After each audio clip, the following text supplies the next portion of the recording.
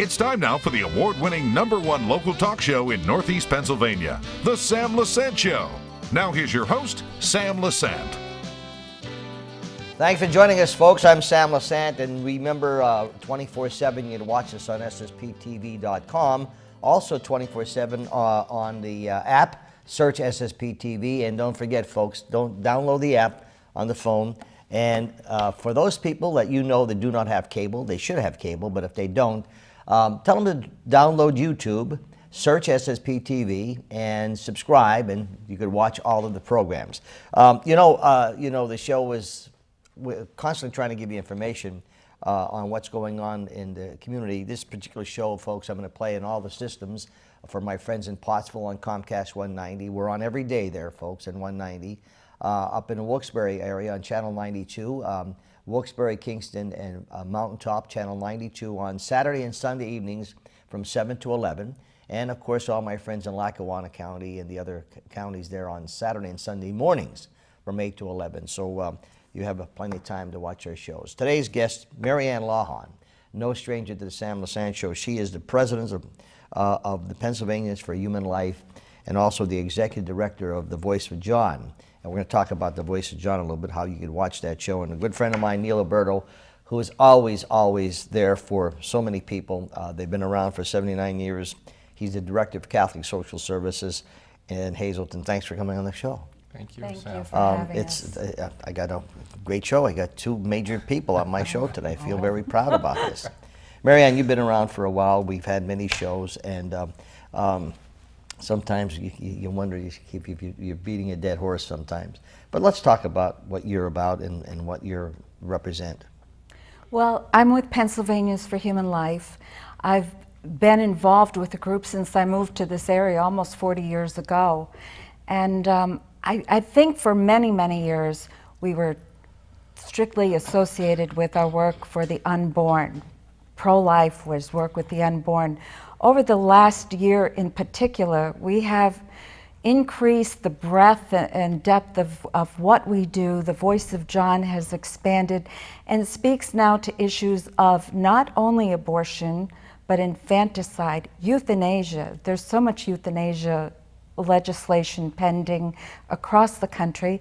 And most recently, on behalf of those with trisomy, with Down syndrome and defects, that, we have one country that has they're boasting that they have eradicated Down syndrome.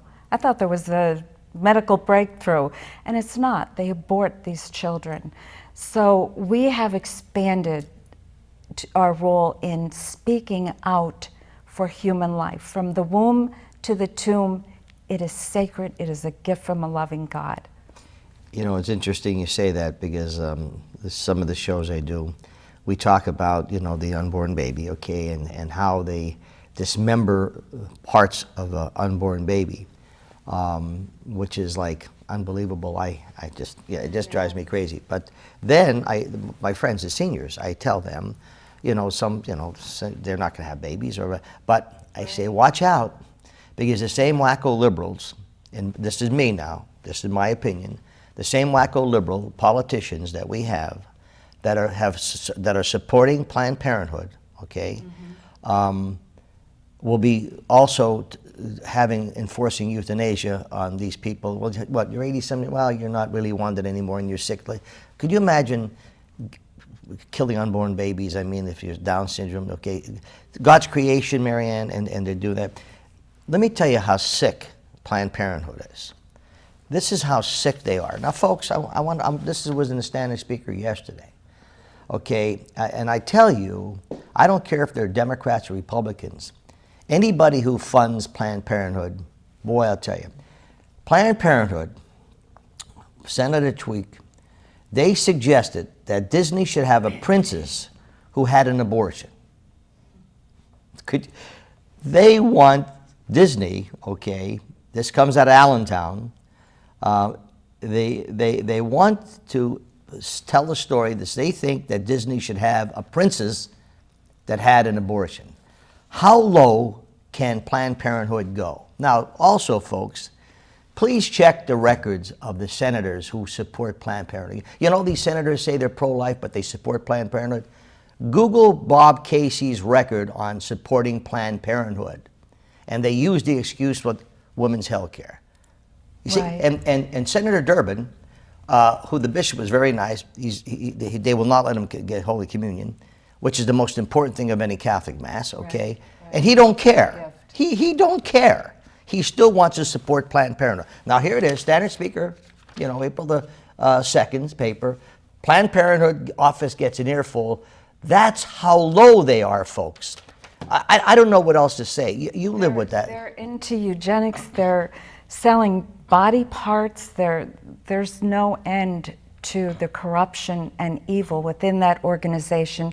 I'm so grateful for the people of Hazleton who stood outside that Planned Parenthood clinic that we had in our town for years and said their rosary, and they're gone. And we have to continue. That is the kind of thing that we have to continue to do to keep our community, but our world has got to look at this for what it is. We're astounded when we see what ISIS, you know, and these terror groups. What do we do to the children in the womb? Why are we so shocked? What did Mother Teresa say to us? If you disrespect life in any form, you will disrespect life. And we behead our children in the womb. We dismember them, we crush them, we kill them. Well, they go under the auspice of saying it's for the Planned Parenthood for women's health care. Do you know, Neil, that the Cardinal Dolan made this statement a couple weeks ago?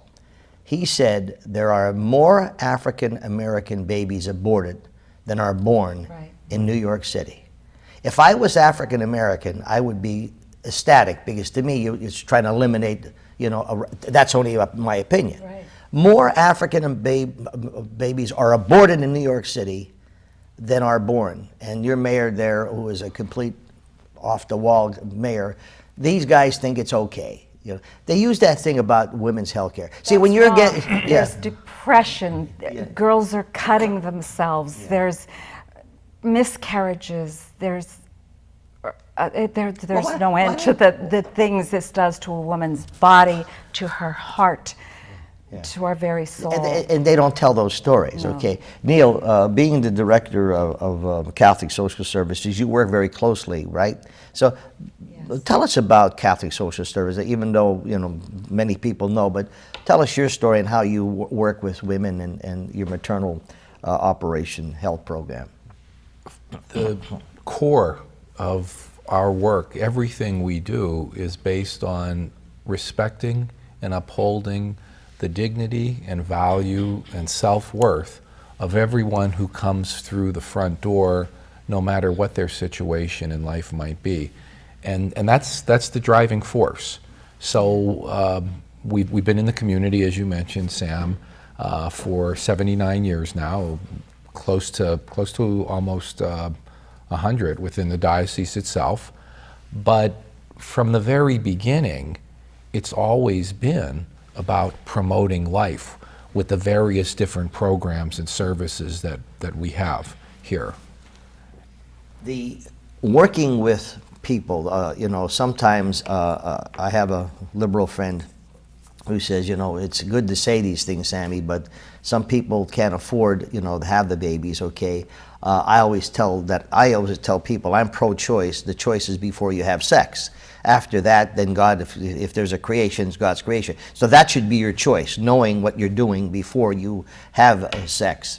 So they say that, you know, who's going to take care of these babies, okay? So who's going to take care?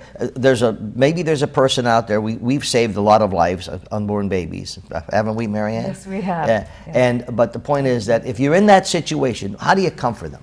We take it beyond, you know, and you're right, when you talk about choice, we all have that God-given gift of choice, but what are we choosing? We have to remember, what is it that we're choosing? So for us at the agency, we have a very, very strong pregnancy and maternal health program, and again, something we've been doing for decades. Last year alone in that program, we actually served over 600 individuals in the program, 600 families, which equates to well over almost 1,300 individuals. So that's mom and children as a whole. And so what we'll do is when we do receive these referrals, and it could be through the local health, the whole local health clinic, and working with the one OBGYN in town, and then just referrals in general, we'll work with these young ladies and guys as well, and be with them where they're at that point in time. Set realistic goals with them, support them in the needs that they have. You know, there could be all kind of confusion, all kind of questions that they may have. Maybe it was an unplanned pregnancy, so trying to support them in that. But then what we'll do is go beyond that as well. So after the baby's born, we don't walk away. We're there, we're there, and we're there to do what we can to promote and strengthen the family at that very crucial time of development, and very stressful time as well. We'll look at education, we'll look at employment, we'll look at housing issues, we'll look at basic material needs, we look at relationships, and whatever we need to do to try to build and support mom, dad, and that unit together as a family. Maryann, you find out sometimes, unfortunately, if a person is pregnant, a young girl, maybe 16, 17 years old, they're shocked. I mean, they're stressed, and believe me, I have compassion for all these people. It's not one of you. We told you no. I mean, God's creation's there, and they're scared, and rightfully so. Okay, some panic.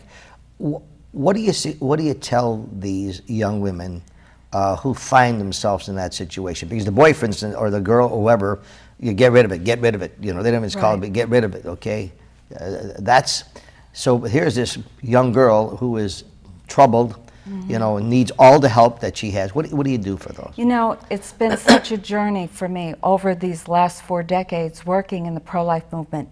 And because I'm the educator, I might be the one in the school or in your church. It's some organization that had me speak, and a child, a young adult will remember me. So they become pregnant. And a lot of times they'll call me. And this is one of the reasons I wanted to come on with Catholic Social Services, with Neil, because he has been there for me and for my young girls over these decades. I'm going to talk about this one girl that called me on Christmas Eve. And she tells me where to go in Hazleton, and it wasn't the best area of town at all. When I went, she had a 2-year-old on her hip. They were outside, they were locked outside, and she was obviously pregnant, quite pregnant again. And I really wasn't sure what to do in this situation. Her intent was to go to have the baby aborted the following Saturday. But she called me. The only thing I could think of is she said to me on Christmas Eve, "I have no place to go." Was the first Christmas Eve. And Mary and Joseph with their unborn child knocking at a door, somebody help us. And so I started calling some agencies from my cell phone, and I took her in my car, and I was a little skeptical. Her boyfriend had her locked out, she was cold, she needed clothing, I had nothing for her baby. And all I was getting was the response, "Please call during normal business hours. Our office will be open." I called Catholic Social Services. They called me back within minutes. On Christmas Eve, we're down in the Catholic Social Services building. I had formula for the baby who was born. I had clothing for that woman, clothing for her child. And I took her in with me for a few weeks. Catholic Social Services got her housing. They have been there for me so many times. Girls make this decision to abort because they're afraid, they're scared, they're terrified. There's no support. if you walk into Catholic Social Services, and this has been my experience over decades, and somebody reaches out with a giving hand and a compassionate heart, we're not there with any other agenda at that moment, but what are your basic needs? What would it take for us to change that decision, not go to Allentown on Saturday and abort your baby? We'll stand by you, we'll give you the support. So we define their needs at that very moment and address what it is. So many women live with regret, and there's times I can connect a girl to a post-abortive woman to say, you'll live with this decision the rest of your life. They don't show but those. their program they're right there to pick up with the very structured, meet your needs, what are your needs program. I'm the educator, sometimes the contact person. I'll meet them in their homes. I've met them in a bar, if they're there with their boyfriend, wherever. I'll be there, I'll meet you. And they do exactly that. They meet you where you are at. Are you scared? Are you poor? Are you alone? Mm-hmm. And Neil, it's no wonder why when you come around each year, you go to different parishes, and you talk about Catholic Social Services, and they're always, all the parishes. I know our parish, St. John Bosco, has always been so helpful to Catholic services, because you see, they know what you're doing, just like you said. I'm talking to Neil Roberto, folks, who's the director of Catholic Social Services, been around for 79 years. Maryann Lawhon, who is the voice in the desert, calling out, helping, but she's saying something, folks, is so important. It's education, education, education, education. No, I don't hate people who are supporting Planned Parenthood. I pray for them like the bishop does. I'm very disappointed that a Catholic U.S. Senator like Bob Casey will support Planned Parenthood when you just read this and saying they want to have a princess in Disneyland, Disney World, to have an abortion. What is this world coming to? We'll be right after this.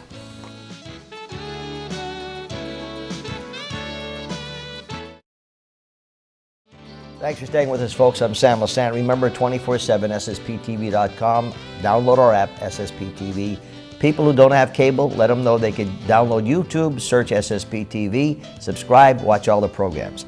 Maryann Lawhon is here today. She's the president of Pennsylvanians for Human Life and also the executive director for The Voice for John, which you could go YouTube it and watch that particular presentation. It's fantastic. Neil Roberto, no stranger. He's the director of Catholic Social Service. We're talking a little bit in the break here how sometimes people say, Sam, you're harping on this pro-life thing. Look, it's only one issue. We have health care, we have this, and I say, yeah, but isn't life the issue? I mean, isn't that, when people are told, God forbid, they have cancer or sick, what do? Pray for them, and you go to doctor. I mean, am I correct in saying that, Neil?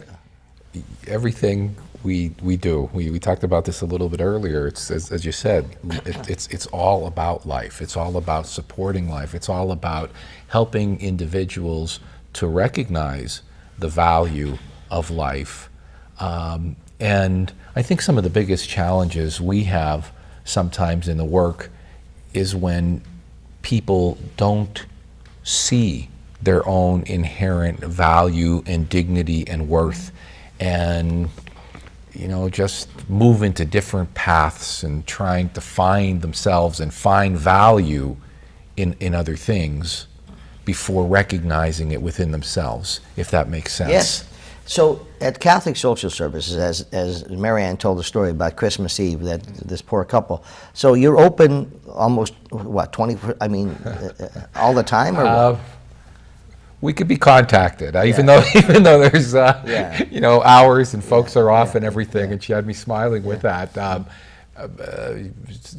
So I guess we're there. We're there.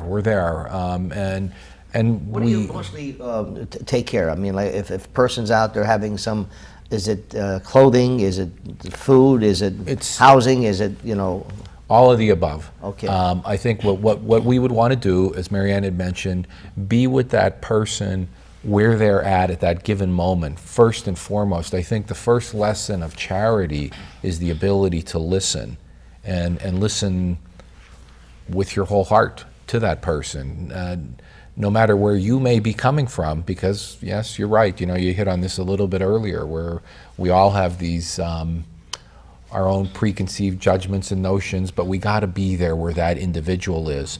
So trying to reaffirm them where they're at, and a lot of times it is, as Maryann had mentioned, responding to that immediate emergency need. And that's why a lot of our services, when we first were founded in the community, it was to respond to the emergency needs of the community. It was at the height of the Depression.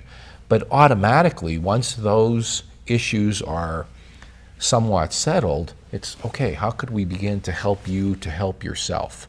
And so when we look at maternal health especially, it's okay, what can we do here to help you and to help this baby more than anything else? Now, for those who don't know Maryann, she's a very liberal woman, okay? Maryann is, don't think for one moment that she just goes and crawls into a cave. She's very liberal, but a good liberal. See, these are the liberals, okay, because they think about women's care, and if there's anything as being a nurse, you actually, the John was the baby that you found that was alive, and oh, it's God. So Mary, Maryann, we've been preaching, we've been educating. Here again, what should we know about preserving life? Well, I think you made a good point, Sam. Life is the issue. If you disrespect it, look at what we've seen since the legalization of abortion through Roe versus Wade, an increase in suicide. Our youth are not respecting their own lives, their own bodies. Suicide. We're looking at euthanasia and assisted suicide, that once a person no longer has contributing wealth, contributing to society, we can do away with them. We're afraid to stand by our elderly during the last stage of their life while they suffer. We have lost respect for life. And this is what we're trying to say is, respect yourself. God, your life is a gift from a loving God. Love yourself, and in a positive way. Yes, I am a feminist for life, and as a feminist for life, we were told not to go to the Women's March in DC. We didn't belong there, and that is so wrong, because being pro-life is really looking at the dignity of women. God made our bodies in such a special way that our child grows right underneath our heart, listens to our voice. What a privilege it is to be a woman, and to desecrate that. You know what, I feel sorry for those people, like those senators who are funding Planned Parenthood, who are Catholics. I pray for them, because boy, when they have to stand in front of their Maker, I know. And they have to tell their Maker, yeah, I killed your creation.